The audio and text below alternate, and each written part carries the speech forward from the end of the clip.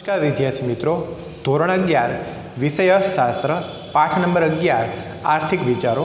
ગયા વિડીયોની અંદર આપણે ગાંધીજીના જે આર્થિક વિચારો છે એનો આપણે વિગતવાર અભ્યાસ કર્યો।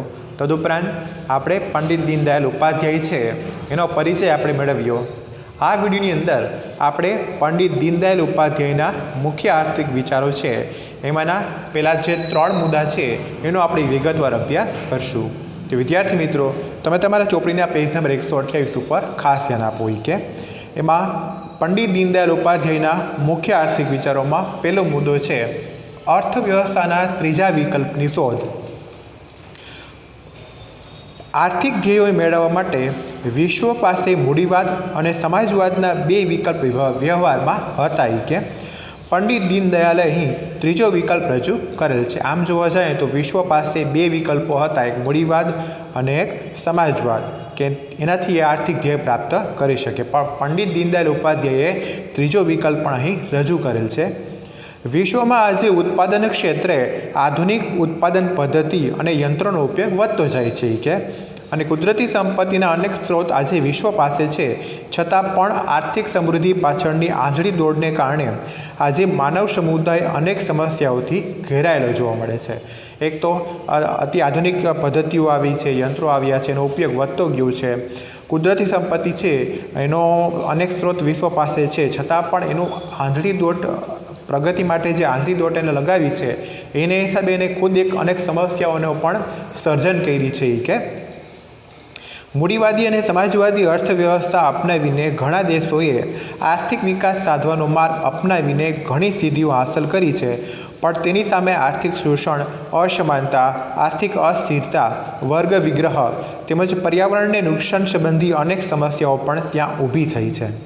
मूडीवादी और समाजवादी अर्थव्यवस्था अपनावीने घणा देशोए विकास तो साध्यो है, पण एनी सामे आर्थिक शोषण है, असमानता है, वर्ग विग्रह है, आई घणी बधी समस्याओं सर्जन और एने सामनो पण एने करवो पड्यो छे।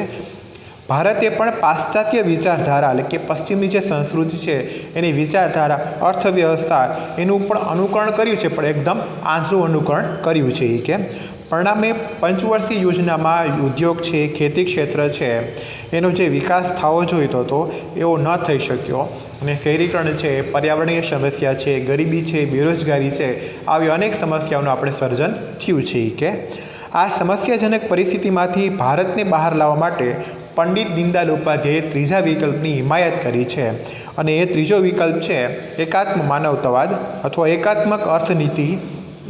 एकात्मक मानव दर्शन आधारित एकात्मक अर्थनीति है ये त्रीजो विकल्प है एवं पंडित दीनदयाल उपाध्याय माने छे। तो एकात्मक अर्थनीति एटले कि एकात्मक मानवतावाद एटले शुं ई पहला આપણે સમજવું જોઈએ કે એ ત્રીજો વિકલ્પ છે પણ એટલે શું, તો એ સમજવા માટે આપણે બીજો પોઈન્ટ છે એકાત્મવાદ, એકાત્મ માનવતાવાદ એ આપણે સમજીએ કે એની અંદર પંડિત દીનદયાળ ઉપાધ્યાયે ત્રીજો ઓપ્શન એટલે કે ત્રીજો વિકલ્પ રજૂ કર્યો છે। પંડિત દીનદયાળ એકાત્મ માનવતાવાદના પુરસ્કર્તા છે। તેમણે એકાત્મક અર્થનીતિના સંદર્ભમાં એકાત્મ માનવતાવાદનો ખ્યાલ રજૂ કર્યો છે। તેઓ જણાવે છે કે એકાત્મ માનવતાવાદ એ ભારતીય સંસ્કૃતિનું જીવન દર્શન છે। અંડરલાઇન કરજો ખાસ કે એકાત્મ માનવતાવાદ એ ભારતીય સંસ્કૃતિનું જીવન દર્શન છે। પણ એ બધું તો બરાબર છે, પણ એકાત્મક માનવતાવાદ એટલે શું ભલે આપણા માટે જરૂરી છે, આપણે ધ્યેય પ્રાપ્ત કરવા માટે જરૂરી છે, પણ એકાત્મક માનવતાવાદ એટલે શું, તો જે નીચે જે પોઈન્ટ આપેલા છે એના પર એ સાબિત કરે છે કે એને એની વ્યાખ્યાનો અર્થ એમાં આપણને આપેલું છે। જોઈએ આપણે कि एकात्मक मानवतावाद एटले के मानव जीवनનું એવું દર્શન કે જ્યાં માનવીનો માત્ર આર્થિક માનવી તરીકે વિચાર નથી થતો, પણ માનવ જીવનના દરેક પાસાનો વિચાર થાય છે, એને એકાત્મકવાદ કહેવાય। અહીં બીજો મુદ્દો છે કે અહીં માનવીનો અન્ય માનવી સાથે સંબંધ તથા માનવીનો અન્ય જગત સાથેના પરસ્પર પૂરક સંબંધને ધ્યાનમાં લઈને સમૃદ્ધ અને સુખી જીવનનું દર્શન થાય તેવો વાદ। બે વાત રજૂ, બે પોઈન્ટ છે। પહેલો પોઈન્ટ શું છે કે માનવીનો માત્ર આર્થિક દૃષ્ટિકોણથી વિચાર થતો નથી, પણ માનવીના દરેક પાસામાં જે વિચાર થાય છે એને કહેવાય એકાત્મકવાદ.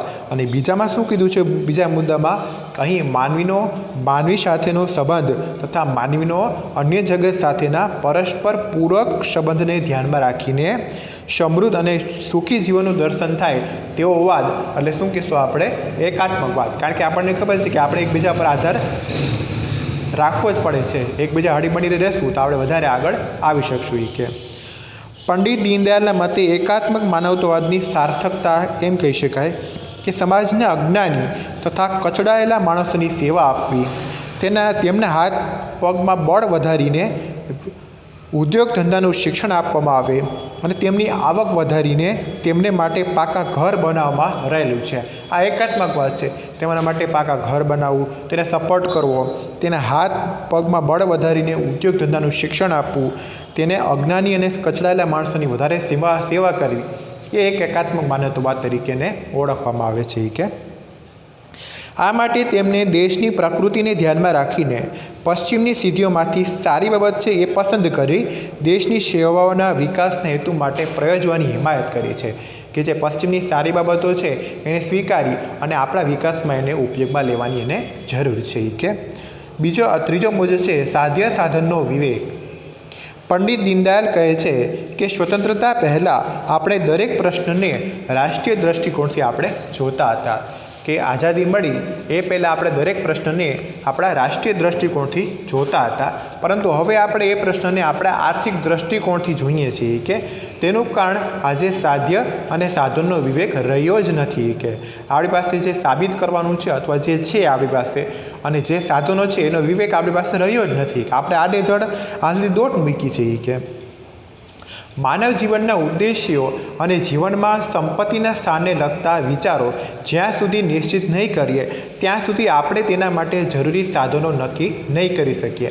કે આપણા માનવ જીવનના જે ઉદ્દેશ્યો છે અને જીવનમાં આપણી જે સંપત્તિ છે એના સ્થાનને લગતા જો યોગ્ય આપણે વિચારો નહીં કરીએ અને આપણે યોગ્ય વિચારો નિશ્ચિત નહીં કરીએ ત્યાં સુધી આપણા પાસે જે જરૂરી સાધનો છે એ આપણે નક્કી નહીં થઈ કે અને એનો યોગ્ય ઉપયોગ પણ નહીં થઈ શકે. તેથી આર્થિક વિકાસનું મૂલ્યાંકન માનવીના સર્વાંગિક વિકાસના સંદર્ભમાં જ થવું જોઈએ. આર્થિક વિકાસ કરો એનો વાંધો નહીં, પણ એનું મૂલ્યાંકન એના સર્વાંગી એટલે કે બધી રીતે વિકાસ થાય એવું આમાં એ ઉલ્લેખ કરે છે. કે માનવીનું મુખ્ય સાધ્ય સુખ માટે સંપત્તિ કમાવાનું છે. કે અને માનવ શક્તિએ તે પ્રાપ્ત કરવા માટેનું મુખ્ય સાધન છે. કે આપણું મુખ્ય સાધ્ય શું છે તો કે સુખ માટે આપણે સંપત્તિ કમાવાનું, અને એ સંપત્તિ આપણને કોણ પ્રાપ્ત કરે આપશે તો કે માનવ શક્તિ, એ સાધન છે આપણા માટે. કે તેથી માનવ શ્રમને જો બેકાર રાખીને ક્યારેય માનવીનો વિકાસ આપણે કરી શકાય નહીં. કે માનવ શ્રમને બેકાર રાખશું તો એ બેકાર રાખીને આપણે ક્યારેય માનવીનો વિકાસ કરી શકશું નહીં. કે આ હકીકતને ધ્યાનમાં રાખીને ઉત્પાદન વ્યવસ્થા આપણે વિકસાવવી જોઈએ. આ રિયાલિટી છે, હકીકત છે, એને ધ્યાનમાં રાખીને હવે પાછળની જે આપણી ઉત્પાદન વ્યવસ્થા છે એને આપણે સરસ મજાની વિકસાવવી જોઈએ. અને એની અંદર શું જોડાયેલું હોવું જોઈએ કે માનવીનો સર્વાંગિક વિકાસ એટલે કે બધા ક્ષેત્રોની અંદર સર્વસ્વ વિકાસ થાય એ આપણા નીતિ હોવી જોઈએ. એ આપણું પહેલી પ્રાયોરિટી એટલે પ્રાથમિકતા હોવી જોઈએ.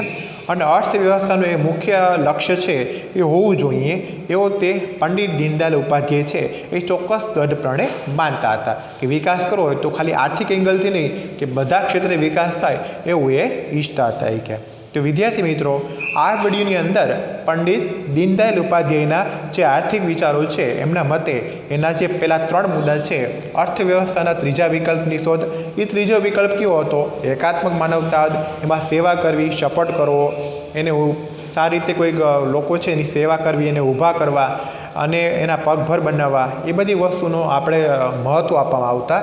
અને સાધ્ય સાધનનો વિવેક, તો તમે કર્કશપૂર્વક તમારા સાધનોનો ઉપયોગ કરશો અને એ આર્થિક બાબત નહીં પણ સર્વ ક્ષેત્રે તમારો વિકાસ થાય એ રીતે તમારા સાધનનો વિવેક અને ઉપયોગ કરવો જોઈએ એવું આપણે શીખ્યું. આવનારી વિડીયોની અંદર હજી પણ પંડિત દીનદયાળ ઉપાધ્યાયના મુખ્ય આર્થિક વિચારો જે બાકી રહેતા મુદ્દા છે એનો આપણે વિગતવાર અભ્યાસ કરશું. Thank you.